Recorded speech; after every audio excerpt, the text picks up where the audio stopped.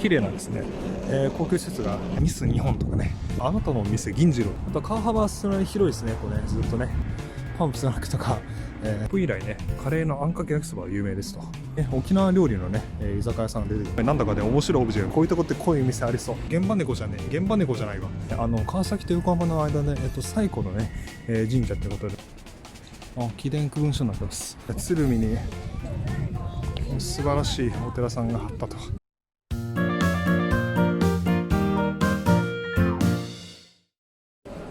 はい、どうも皆さんこんにちは。座れる休憩場所検索とファインドマインタウンというサイトの管理人をしていますペンタでございます。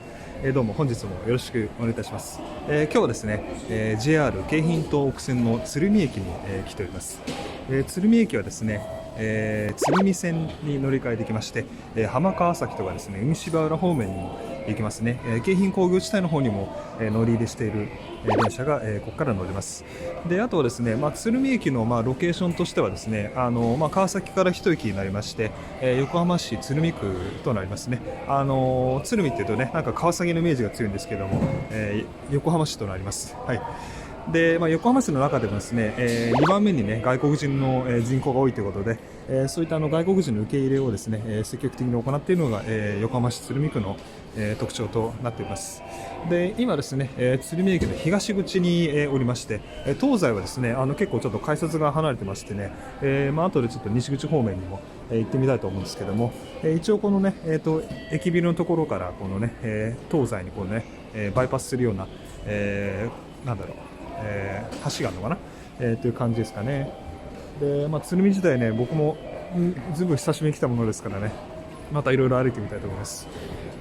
で、ここにね、今東口って書いてありますけれども、ですね、京急線の鶴見駅もすぐ近くにありますね。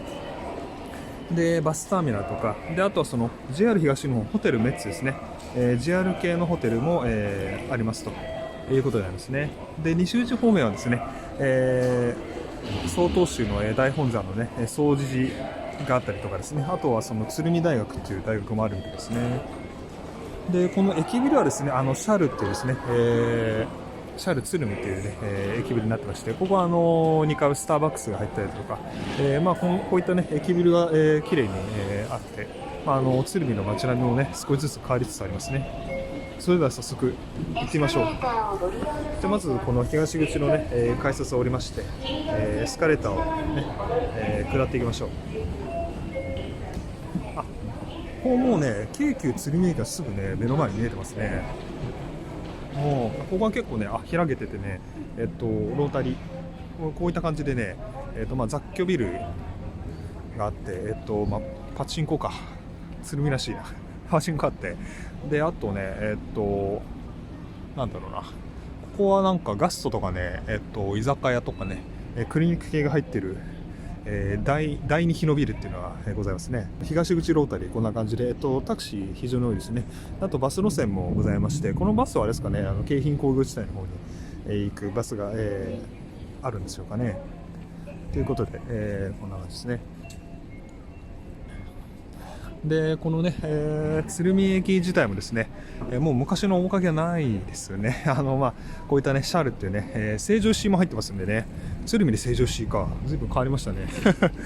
はい、ということでね、これね、周辺案内図ね、これね、分かりやすいですね。今このね、東口のところにおりまして、で、どう歩いていきますかね。で、これは鶴見川にね、囲まれてるんですよね。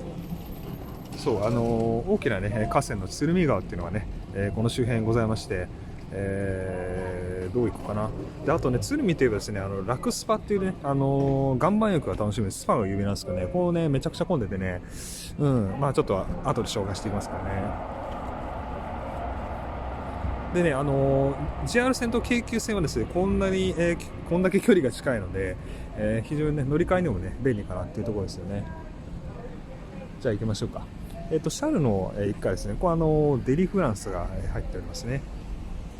ここのですね、シャル、結構広いですね。1、2、3、4階建てかな。で、ここのね、シャルの屋上にですね、なんとね、庭園がございましてね、枯山水庭園が楽しめるね、休憩スペースがあるんで、私のね、座れる休憩場所検索というブログで紹介してるんですけどね、実はね、鶴見で枯山水が楽しめるなんて誰が想像しただろうかっていう、コメントを当時したんですけどね、ぜひね、鶴見来た時寄ってみてください。でね、バス路線、ございます。全部でね、11ターミナルがあるのかながあってですね、でね、綱島とかね、新横浜とかね、横浜線の方も行きますね。で、あとはね、横浜アイランドガーデンってちょっと気になるな。これでも協賛製作所って書いてあるから、この鉄道の信号機メーカーとかですね、そういったところもね、行けるみたいですね。で、あとそう。あれこれ夜行じゃなかったっけ？夜行だっけあれ？南武線のアナウンス夜行って言ってましたね。まあいいや。で、鶴見区役所に行けたりとか、あとは海釣り公園とかね、いろいろ行けるみたいですね。こんな感じで、行きましょう。で、本日はですね、1月の、第1週ということでね、川崎大師にね、行かれる方結構多くて、川崎の、乗り換えがですね、非常に、混雑してました。京浜東北線の通勤はですね、結構やっぱり朝、きついですね。東京方面とかですね、かなり激混みっていうのは確保しないといけないんですけど、ただ、横浜駅がですね、10分圏内で行けるっていうね、非常にね、横浜にとってはね、すごいね、アクセスのロケーションがいいところに、ある鶴見でございまして、ですね、京浜東北線の中でもですね、横浜にアクセスしやすい、そしてお店がいっぱいあるということでね、住みやすいのかなと思ってますけど、で、ここホテルメッツですね、あって、ここね、2階はね、桜水産とかね、天狗酒場とか、格安系の居酒屋からですね、ワンとかね、いろいろ入ってます。1階のコージーコーナーと、あと天屋日高屋とかですね、ある感じで、ファーストフード系がね、揃ってると、いうことですね。で、ここのね、上はですね、サルビアホールってなって、これね、区民の文化センターになってですね、なってみたいで、これね、シークレインって書いてあるビルの、ところ、ここね、コミュニティハウスとかね、あと国際交流ラウンジとかね、あるみたいで、結構そういう綺麗なですね、高級施設が、あるというところですね。先ほども申し上げましたけどね、鶴見は、横浜市の中でも外国人人口がね、2番目に多いということでね、主にアジア系の中国人とか韓国人が、多いみたいなんですけども、そういったところからね、この国際交流というところにもちょっと、力を入れているのかなっていう、気もしますね。ここから京急鶴見駅の方行ってみましょうか。で、京急鶴見はですね、真っ赤な電車のね、京急鶴見というか京浜急行線なんですけども、京浜急行線ですね、快特というですね、非常に速い速達列車がございまして、これはですね、結構猛スピードでね、駆け抜けるということで、結構ね、鉄道ファンには有名らしいんですけども、京急鶴見駅はですね、ウィングっていうのがね、この、ビルがですね、併設されてまして、ウィングは川崎にもございますよね。ウィングね。で、松清が、あって、京急ストアが併設されてますね。あと、ベーカリーの神戸屋とか、KFC とかね。あと、パスタカフェとかもね、あるみたいですね。餃子の王将とか。ボルダリングもあるといった感じですね。だから、ここなんかね、前工事中でもっとボロかったイメージがあったんですけど、ちょっと変わりましたかね、京急鶴見駅ね。はい。その鶴見駅ですね、もう高層マンションがこう建っててですね、なかなかね、昔のね、ここら辺の工場にお勤めしてた人が、住んでいたね、街並みっていうのはね、あんま残ってないのかな。じゃあここからですね、京急鶴見のガード下から行ってみましょうか。もう京急ストアはもう松清と一緒になっちゃってるのかな、って感じですね、どうやらね。なんか鶴見はなんか渋いエリアがありそうな気がするんだけどな。こっちから行くか。富谷ってなんだろうね、ちょっと気になるけど。であとね、文具の丸八とかですね。ヘアメイクショップか。ラップにかけるペソってなんだ。あ、ペンか。ペソって。ラップにこうやってね、お絵かけできるんだね。これかわいいじゃんね。こうラップにお絵かけして、あ、これね、ご飯いっぱい用ですよとかね。こういうの売ってんだ。これがそのね、文具屋さんのね、丸八ってところでね、買えるみたいですね。ラップのお絵かきってなんか可愛いですね。おにぎり、おむすびとかですね、直接描けないんでね、こうやってラップに、なんかキャラクターの絵を描くっていうのは結構、可愛らしいかもしれないですね。はい。で、ここがですね、商店街が、見えてまいりました。ここはあれかな？鶴見銀座なのかな？ね、いろいろ、見えてまいりましたが、どっち行く？一回こっち側から攻めてみますか。こっち側はですね、海側ですね、鶴見川とかね、海側になりまして、工場自体がですね、ある側になります。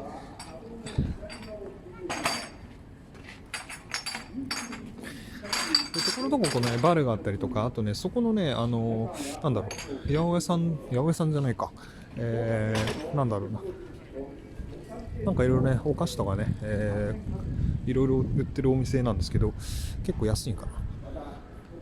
ココナッツミルクとかね、29円とか、すごい安いですね。お菓子とか結構ね、お安く売ってますね。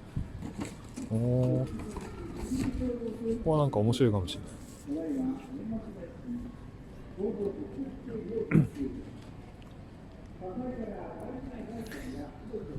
で、あれですね、なんか綺麗なマンションとかですね、林立しながらもね、こう、雑居ビルがね、ちらほら見られると。でそこね、あなたのお店、銀次郎ってなんかかっこいいお店ありましたよ。ここね、八百屋みたいですね、どうやらね。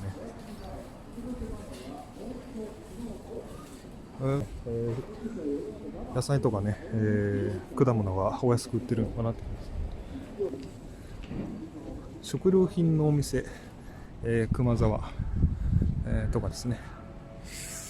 鶴見ってお昼何食べたかな。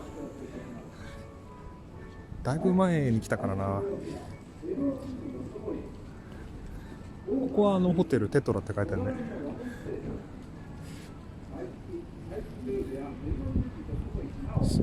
すごいな、この、ツルツルのおじさんがマスコットキャラクターを置いてありますけど、もうなんかね、街並みにこう、オブジェが、ありますね。であとなんかああいうね、小道具屋っていうかね、商店街でね、昔からある雑貨屋さんとかございますけど、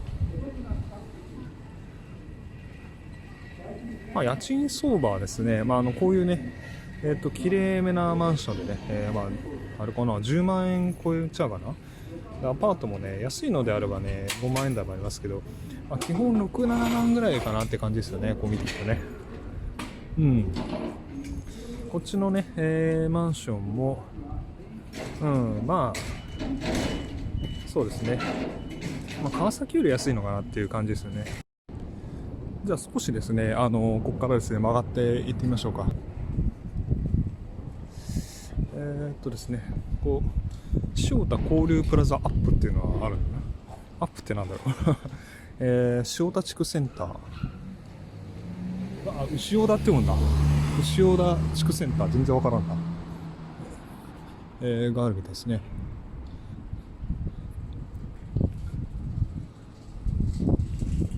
基本やっぱり美容院とか多いですね、この辺はね。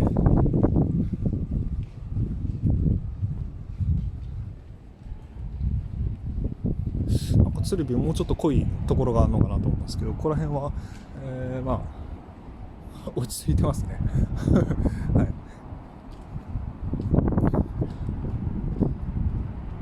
い。安売り用のね、藤本靴店とかね、メンズファッション。なんかね、こういうね、味のあるね、看板がいろいろ書いてますね。昭和石油とかね、モービルとかね、GS バッテリーとかね、カストロールとか、いいですね。味があって。石油物販店で、今日はやってないみたいです。こうやってね、三菱石油販売店にこうね、サービス単価置いてありますけどね、もうなんか変わってる。これもね、いいですね。学ランとかね、扱っている、学生服のね、御用達のお店ですね。いいね。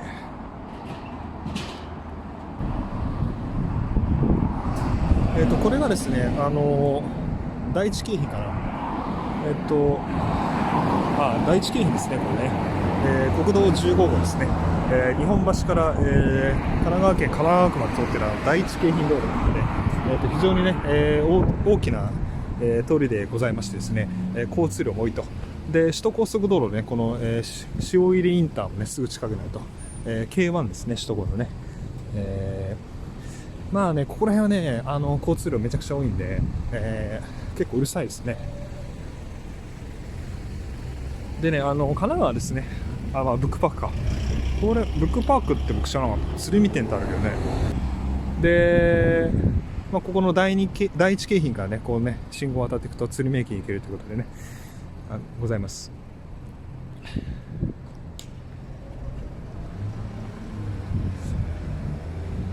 神奈川県ですね、第一京浜と第二京浜と第三京浜と3つのね、主幹道路がございましてですね、第一京浜が国道15号で、第二京浜が国道1号で、第三京浜は、有料道路なんですね。それぞれですね、東京と神奈川を結ぶ、基幹道路ということでね、交通量それぞれ多いんですけども、第一京浜と第二京浜は割と近くてですね、今ね、ここ第一京浜なんですけど、もう少し南側のね、南側じゃないか、逆側のね、出口行ったところはね、第二京浜、国道1号線があります。で、これね、鶴見川が見えてきましたね。鶴見ブリッジです。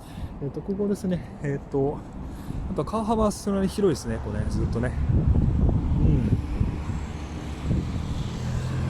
今日は結構ね、よく晴れてて、暖かいですね、こうね。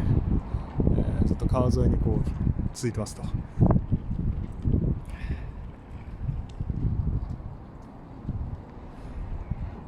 で、もう、あっちの方行くとちょっと離れちゃうから、ね、少し戻ってきますか。は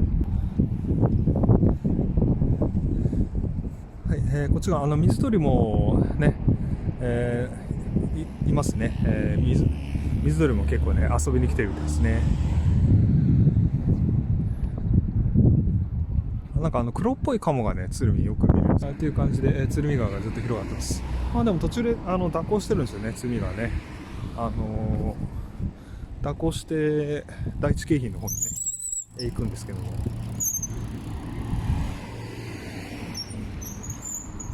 はい、それでは第一京浜沿いにちょっと歩いてみましょうか。日本橋まで23キロということでね、鶴見中継所ってどの辺なんだろうね。ついね、この前駅伝やってましたけどね。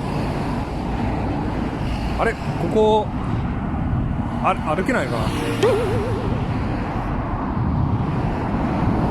歩けないの？はい、今ですね、塩見橋、バス停ですけどね、このね、系統数がね、難しい。C1 バース、C2 バース、L2 バース、L4 バース、L8 バース、T1 バース、全然わかんない。どこ行くんだ？これわかんないな。各ね、バースの前にね、符号がついてますけどね、それぞれがどこのね、位置を示してるのかわからん。でもなんか面白そうだな。今度機会あったらバス行ってみましょうか。さて、それではですね、国道1号線、ごめんなさい、国道15号ですね、こう歩いていきます。この、まっすぐね、行くとね、品川川崎なんてね、青色の看板に書いてありますけどね、オリンピックが、ありますね。だからホームセンター系がね、近くにあるということでね、便利かもしれません。ホームデポ、おうちデポか。オリンピックはおうちデポ系ですかね。ホームセンター入ってると。オリンピックはディスカウントストアになってましてね。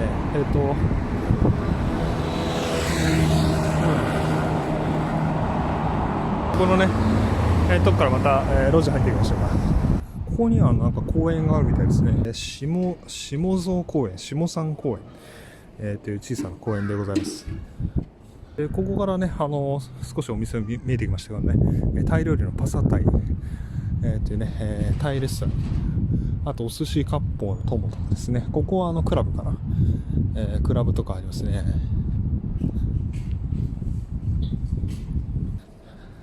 あとそこのね、ラーメンのね、男の花道ってなかなかね、渋いですね。こんな、ラーメン屋さんもございます。ここら辺はパブとかね、そういうスナック系がね、少しずつ見えてくるのかなって感じですね。わらわらわらって書いてあるスマイル。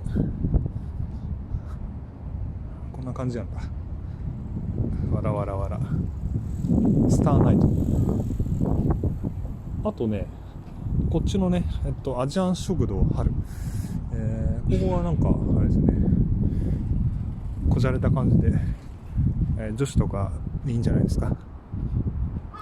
でこの辺からちょっとあれは、ベトナムのね、ベトナムレストランとか書いてあるけどね、あとコーヒー専門店の山寄りとか、これも、気になりますね。なかなかね。そうだね、パチンコのスロットとかね、あと居酒屋とね、サテンドールってなんだあれ、なんかちょっと怪しげなね、お店がちょっとずつ見えてきたな。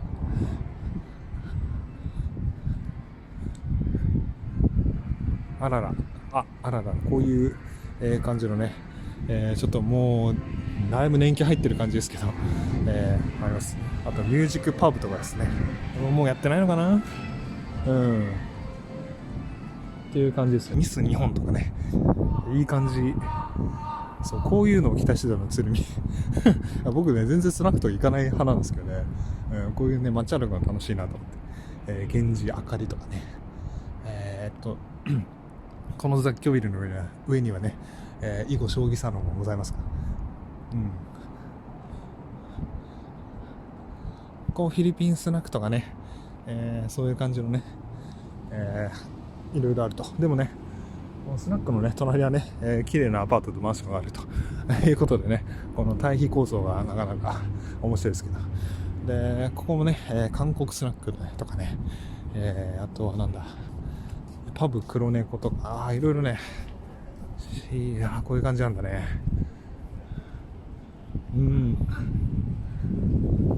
こっちね、こっちあれかな、こっちやばい系かな、ヘルスとか書いてあるね。この辺の通り入っちゃうとね、結構また怪しい感じになってきました。ただね、ここはね、辛麺屋、なんていうのかな、でもね、結構ね、ラーメン女子部でもね、人気って書いてあるね。こんにゃく麺を使ってるから、ヘルシーなんだね。なんかでもね、辛いね、匂いがするんですけど、結構なんかいいですね。こんにゃく麺いいじゃないですか。なんか赤丸っていうお店、鶴見本店。いいね。なんか女子に人気みたいですね、この辺ね。で、あとはね、麻雀ハッスルとかね、スナックとか、パブレストランとかあるんですけど、ここのね、ラーメン、なんだ読めないけどね、このね、つけ麺がね、すごい、並んでますね。つけ麺屋さん、すごい混んでました。はい。で、ここからね、パンプスナックとか、ファッションヘルスとかね、そういう系になりましたね。このなんかスロットとかいろいろありますけど、こういうところですね。ここはね、お魚クラブとかね、お魚クラブはちゃんとしたあれかな、料理屋さんかな。この辺のね、ちょっとね、路地裏は、なかなかね、ディープな感じが、見えてきましたね。こういうところがね、スナックとかね。これさっき撮ったっけ、撮ってないか。うん。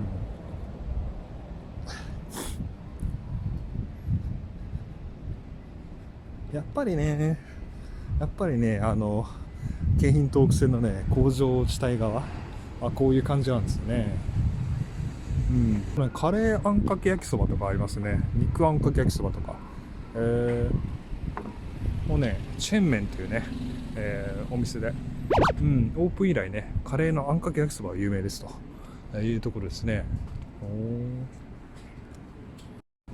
はい、でさっきのまた裏通りを持ってきたんですけど、これね、唐突にね、沖縄料理のね、居酒屋さんが出てきまして、結構ね、沖縄からね、鶴見に移住してくる人がね、多いんだとかなんとかって、ね、見えましたけどね、そうなんだと思って、だから美味しいね、沖縄料理屋さんがね、結構ね、転々としてるっていうね、噂を聞きましたけど、ね、そこ沖縄から鶴見なんだね。どういう縁があるのかちょっとわかんないですけど。はい、こんな感じでね、これね、ベルロードっていうね、愛称が付けられてますね。このベルロードのね、この支柱はなんか、結構なんかアジアンな感じですね。ここですね、京急鶴見駅前になりますね。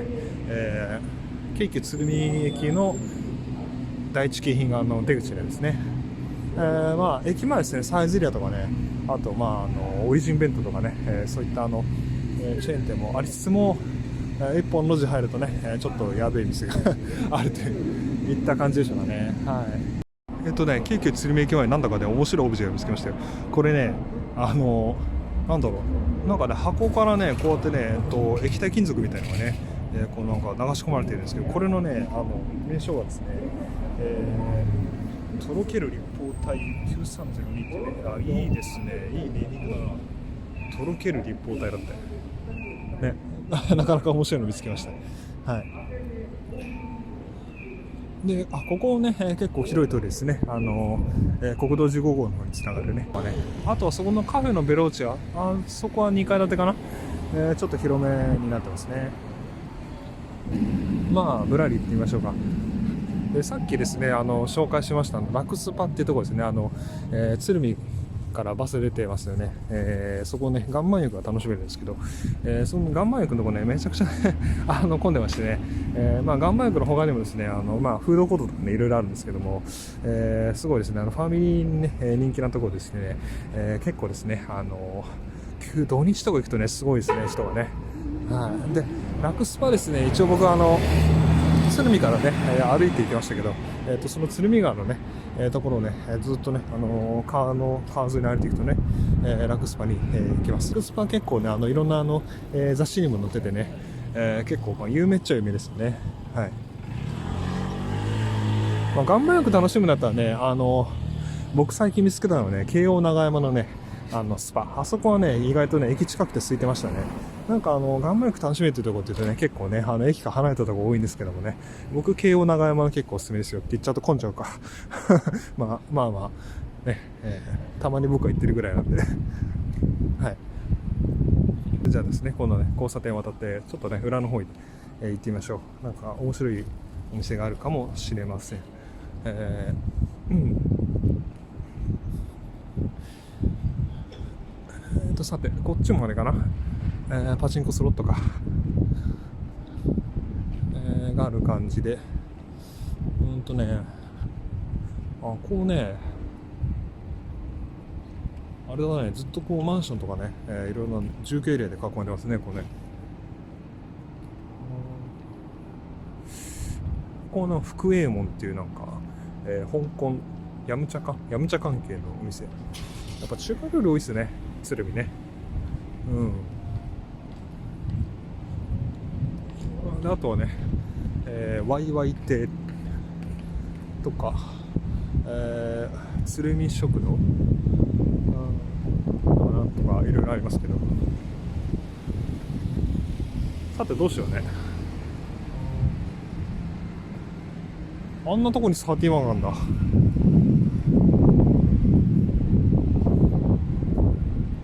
このサーティワン人来んのかなねえ、唐突にこんなパチンコ屋の隣にあるけど、もう少し表側に出た方がいいんじゃないかな。逆サイドからも入れるんだね。びっくりしたね。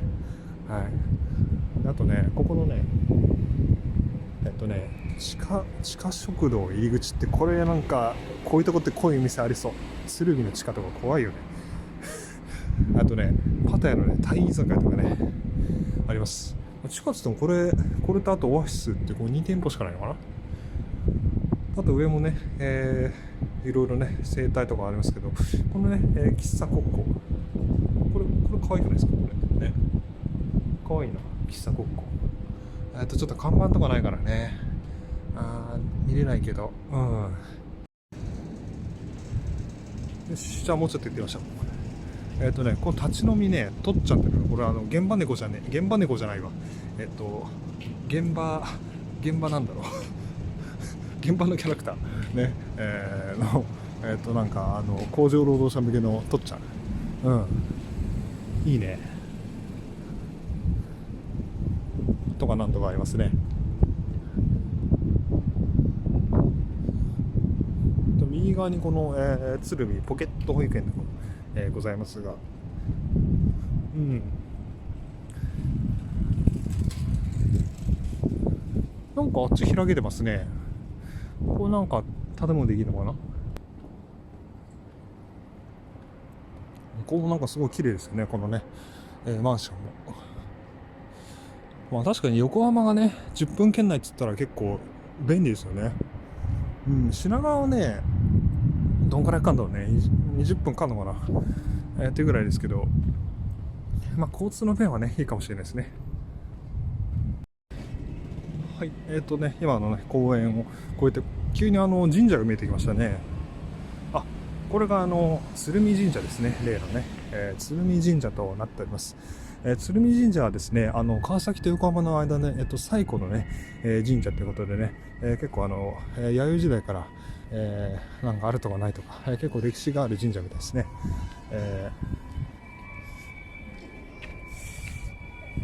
まあ、ちょうどね、三が日、まあ、過ぎましたけど、お参りしているね、方が多くいらっしゃいます。参拝客ですね。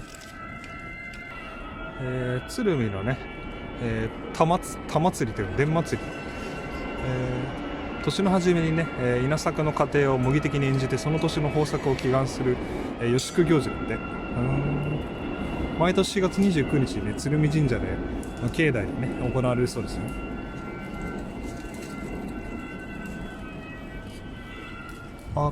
書いてあるほら、横浜最古の神社って書いてあるんですね。杉山大明神って書いてあるんですね。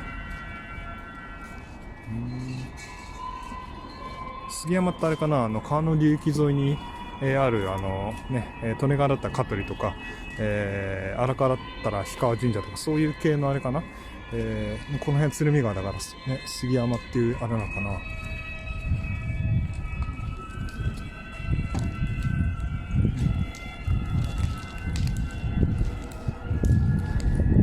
それでは、区役所前通りですね、ここをですね、くぐりまして、鶴見駅西口の方行ってみましょうかね。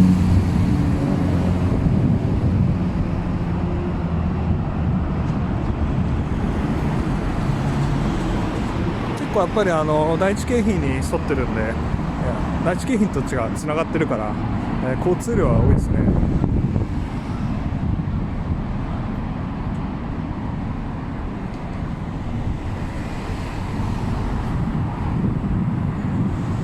この辺ちょっと排ガスが苦しいな。ガードした。こ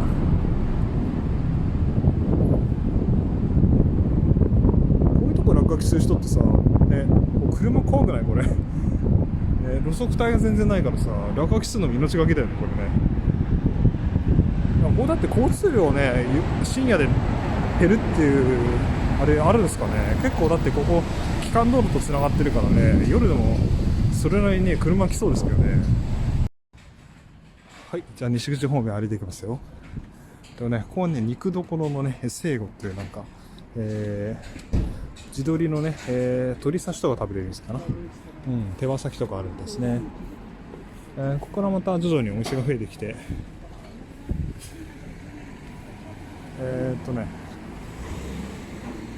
まあやっぱスナックとかカラオケとかそういうの多いかな。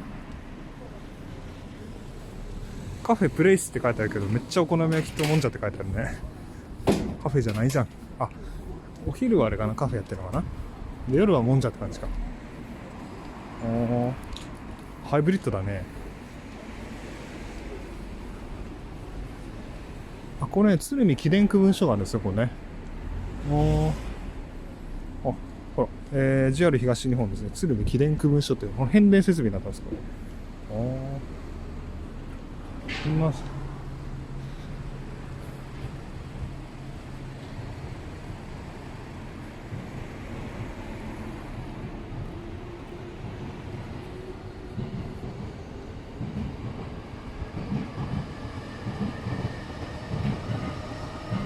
あ、いいね。これあれかな。開閉装置は中に引き込んだのか。記念区分署になってます。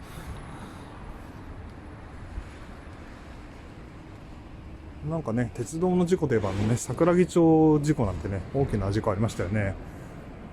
かつてね。だからやっぱ記念区分署とか必要なんでしょうかね。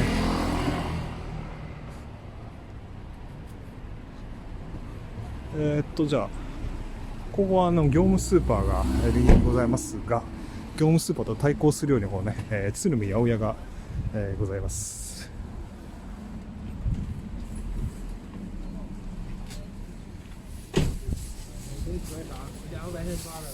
確かに安いかもしれない。結構逆にね、業務スーパー空いてるもん。業務スーパー対抗店だよね。いいね。なんかわざわざで車でね、乗り付けて買いに来てるから結構ね、お買い得なのかもしれない。お店やってる人とかもいいかもしれないですね。食材買うのね。で、あと、これはじゃあね、ラーメンかけてたからデフォルトですよね。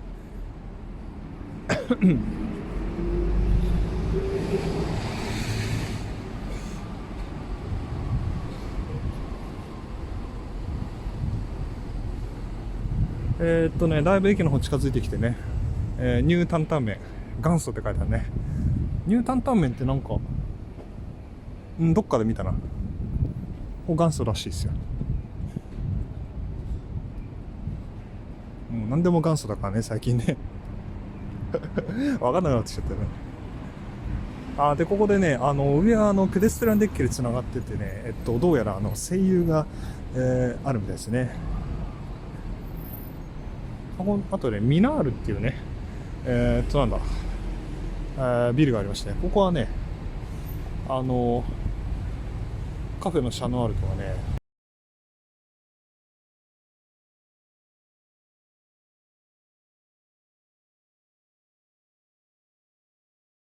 B1 回、フーが2、味のプロムナード。ここもね、なんかいろいろありそうですよ。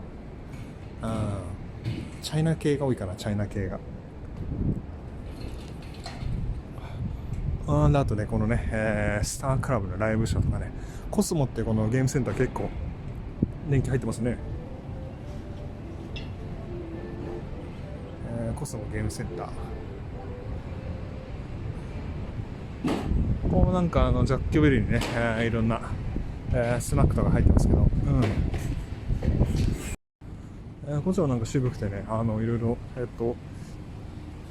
中華料理屋とかね、見えてきましたけど。でもね、このね、黒毛和牛専門店のランチタイムとか、これいいんじゃないですかね。焼肉定食がね、750円とかね、食べられますし、ロース定食とか、これいいかもしれないね。イラク亭。なんか店内も綺麗めですね。なんか石窯料理とかね、可愛らしいおじさんの絵が描いてありますけど、こんなのがありますね。あとガールズバーとかね、スナック、そういったところがこうね、ある感じですね。ここね、菱田猫クリニックって猫の病院みたいですね。猫専門の病院。だと、ここの、静か人形教室っていうのなかなか、きめ込み衣装とかね、組紐とか書いてあるんですけど、ありますね。駅近くにこの幸い鶴見病院っていうね、病院もございます。さっきちょっとね、ソープランドとかね、怖いお兄さん立ってて怖かったんでちょっとこっちから回ってきましたけど、こう豊岡通りっていう名前がついてるんですね。これね、豊岡通りはですね、またずっとこうね、お店があるんですけど、まあいいか、駅の方行っちゃいますか。イオンがありますね。イオンとかね。あとは、薬の成城とかね、あります。なんかすごい人がどんどん入ってくるんだけど、これ鶴見ダイニングですね。生パスタランチとかピッツァランチで1300円とか、あります。あとそのね、ペペロンチーノとか、イタリアン系のですね、結構ね、扱ってるお店、があるんです。なんかこの通りはなんかクラシックが流れてるんですね。あんまり似つかしくないんですけど、あれかな、気持ちを落ち着かせるっていうか、なんかそういう、心理的な要素を加味して流れてるんですかね。はい、豊岡通りということで、これね、ずっと商店街になってましたね、今ね。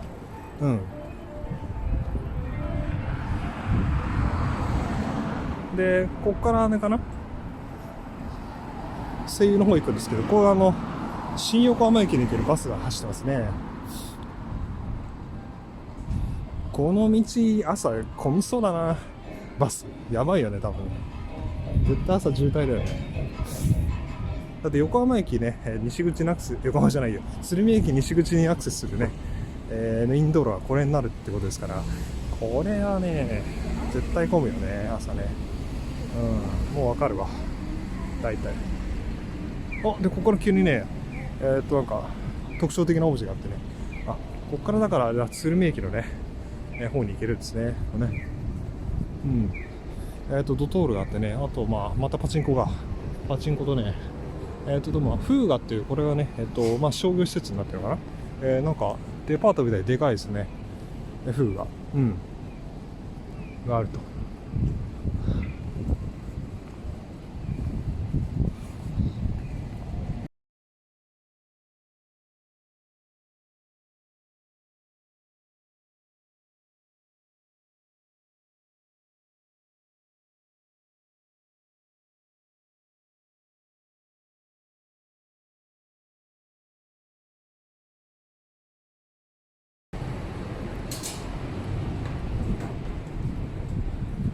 ピーマンの肉詰めがね、食べれる飲食店が、ありますね。あとランチメニュー、うどんそばとか、この300円から食べるそばとかね、ありますね。リサイクル横丁なんても、特徴的なのありますけど、札幌スープカレー本舗っていうのはあるんですね。スパイスで、このフーガなんですけどね、声優のところ鶴見公会堂もあるみたいですね、どうやらね。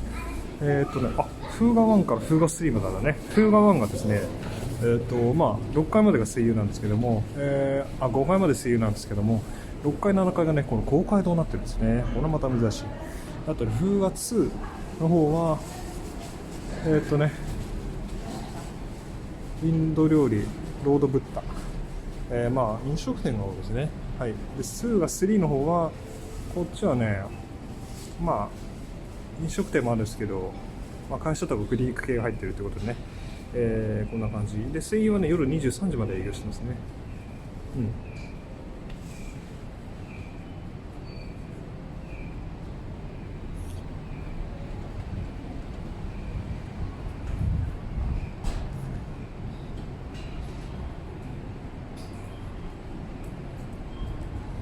よし、ちょっとあれだね、上上がってみたいね。でもこれ駐輪場専用か。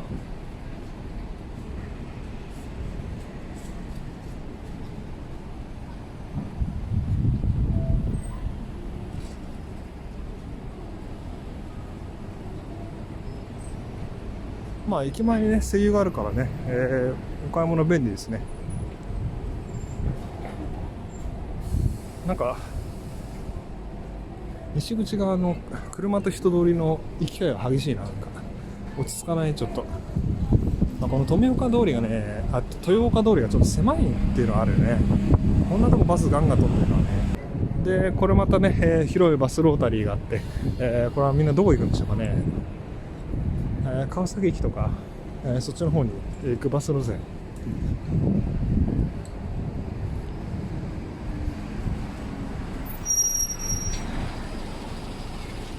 はい、あと右側ね、このフィットケアエクスプレスがあってね、これはまあ、ドラッグストアかな、まあ、雑貨も売ってるってことでね、何でもあるみたいですね。でね、まあこんな感じでね、駅前にはいろんなお店があって、このね、駐輪場がね、上にあるって珍しいよね、これね。そう。このね、駐輪場がこのね、デッキの上にあるっていうね、これ、こういうタイプってなんか、初めてかもしんない、見たの。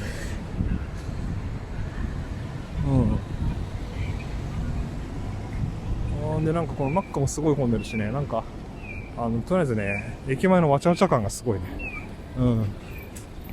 ちょっと、もう少し落ち着いて歩きたいな。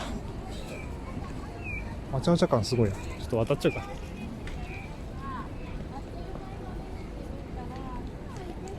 それでね、こっちのね、方行ってみますか。なんかあそこに、神社かお寺さんみたいなのがありますね。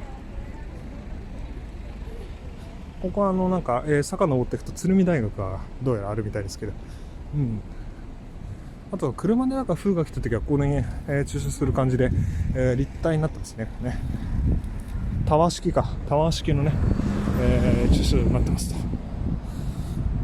と。なんか人が多くて疲れた。ようやく落ち着いたかな。でここはね、曹洞宗のね、常願寺、なってますね。もうなんか綺麗ですよね。鶴見大学。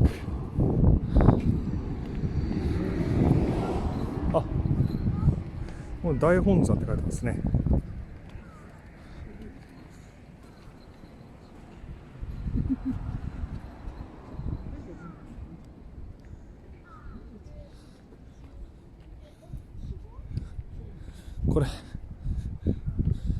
これ歩いていけるのかな。ちょっとはいという感じでね、ちょっと今どこに向かってるのかわかんないですけど、とりあえず坂を登ってますけど、これどこまで続くんだろう。これお寺さんまで行けんのかな。この参道っていうかね、どこまでついてるのかちょっと気になりますが、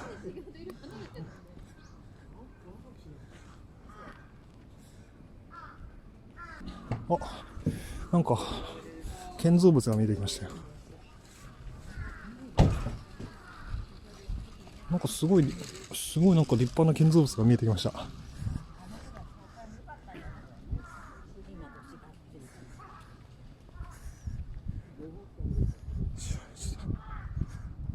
はい、総除寺のですね、中の方入ってきたんですけど、このお休み所もこれすごいね、ダイナミックでね、立派ですね、これ。こっちもほら。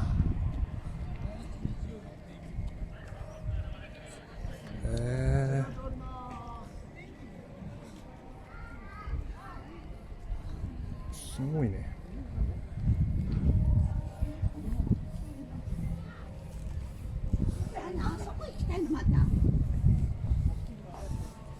よいしょ。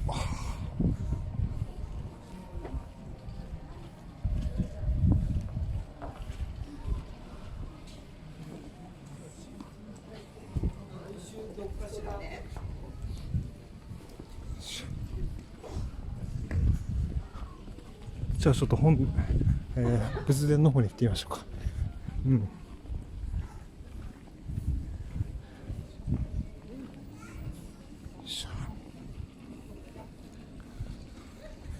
とても広い敷地ですね。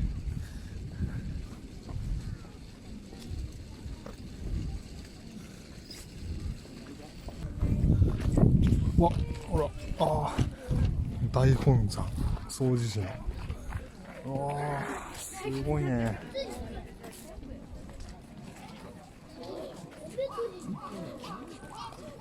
これは立派ですね。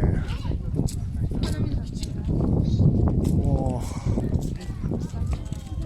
まさかね、鶴見に素晴らしいお寺さんがあったと。うお、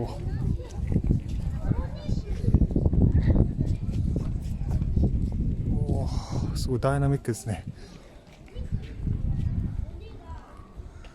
このだってね、塔もこれも、すごい作りが、ディティールが細かくてね、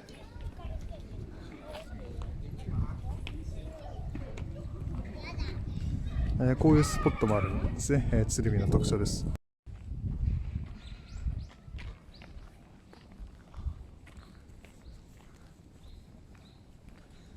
ここはちょっと読めないけど、これもなんかすごい歴史ある、風格で、立派ですね。正面からだとこんな感じですね。なんか見とれちゃいますね。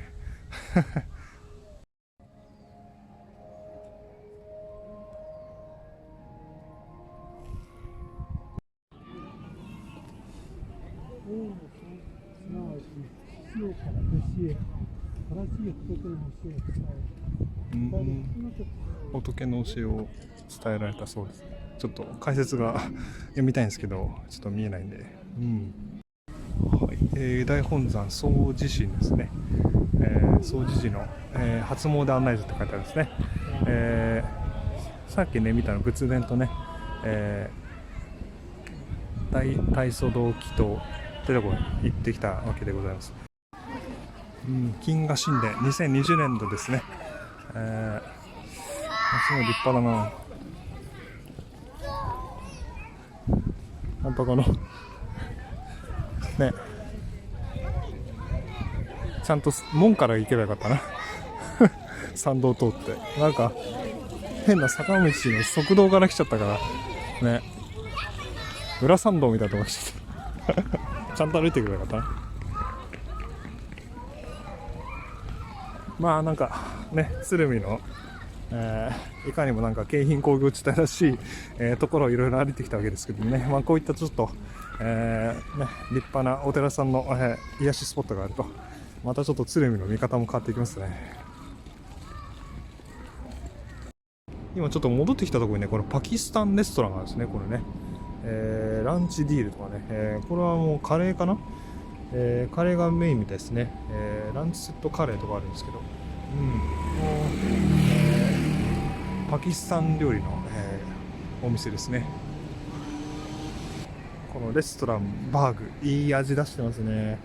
やってたらどんなお店が入りたかったな。はい、という感じでね、鶴見駅の方持ってきましたね。よし、じゃあちょっとデッキの上上がってみよう。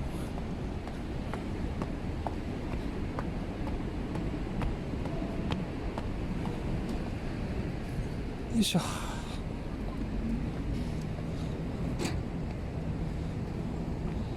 いしょ。はい、はい、ペデストリアンデッキをこう、上がってみました。本当にこうね、ずっと駐輪場になってるんですね、これね。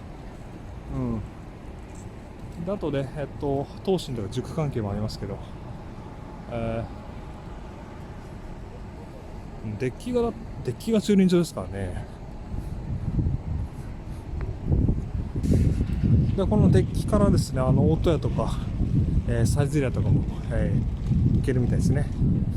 あとこの声優もね、このダイレクトでね、デッキから行けるんで、これも結構利便性高いかもしれないですね。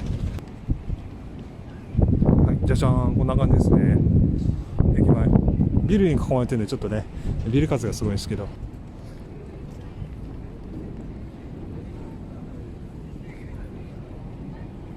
爽やかふれあいの像っていう感じで、こういったね、ぐーっとこのね、両手伸ばしてる、女性の像がありますけど、僕もこんな感じでチャンネル登録者1000人超えましたって言ったらこういう風にやりたいな。もうなかなかね、ちょっとね、まあいろいろ面白い動画上げれば、ね、伸びるんでしょうけど、はい、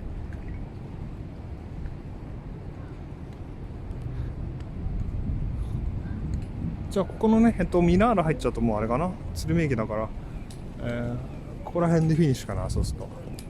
はい、ということでね、鶴見駅西口、東口一周していました。いかがでしたでしょうか。東口の方はですね、結構ですね、スナックとかパブとか、個人料理店が多くてですね、なんだろうな、鶴見らしい側面も、ありましたね、結構ね、雑居ビル関係とかね。はい、で逆にね、西口の方はね、総持寺とかね、ああいった大本山、曹洞宗の大本山がございまして、で駅周辺ですね、西口の方は声優とかね、風雅とかありますんで、お買い物結構ね、便利かなと思います。治安面で言うとね、どうなんだろうしょうね。ちょっといかがわしいお店もいくつかあるんでね、どうなんでしょうねっていうところですね。周辺にね、工場地帯があるんでね、そういったお店があるのは昔からそういう、ね、面影の街だったということでね、しょうがないっちゃしょうがないですけど。鶴見駅はですね、京急線と JR 線、乗り換えがですね、非常に近くて、徒歩1分ぐらいで乗り換えできますね。横浜駅に至ってはですね、もっともう電車で10分以内に行けるということで、非常にですね、横浜方面の、利便性は高いと思います。東京品川方面はですね、ちょっと通勤はね、満員電車きついかもしれないですが、品川まで20分ぐらいだったかなっていうところなんでね、都心への通勤も行きやすくて、だから東京と横浜のちょうどね、間なんですけど、横浜寄りということでね、都市間の行き来がしやすい街ということになります。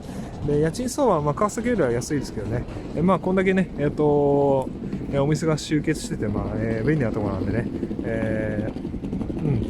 駅近くはちょっと家賃上がるかもしれないですけどね。はい。で、鶴見川ね、が近くにありまして、なんだろうな、少し歩けば自然感じられるところもあるのかなっていう感じですね。雑多なね、ところも多いんですけどね、鶴見ね。はい。ということでね、私が、運営しているですね、国内初の座れる場所をまとめたサイトですね、とかですね、あと街の住みやすさを検証している Find My Town というサイトがございますので、ぜひですね、サイトの方遊びいただければと思います。であとこの動画もね、チャンネル登録していただけるとまた、私もいろんな街歩きにね、行くモチベーションアップにもつながりますので、ぜひね、チャンネル登録いただけると非常に嬉しく思います。ということで、本日もご視聴ありがとうございました。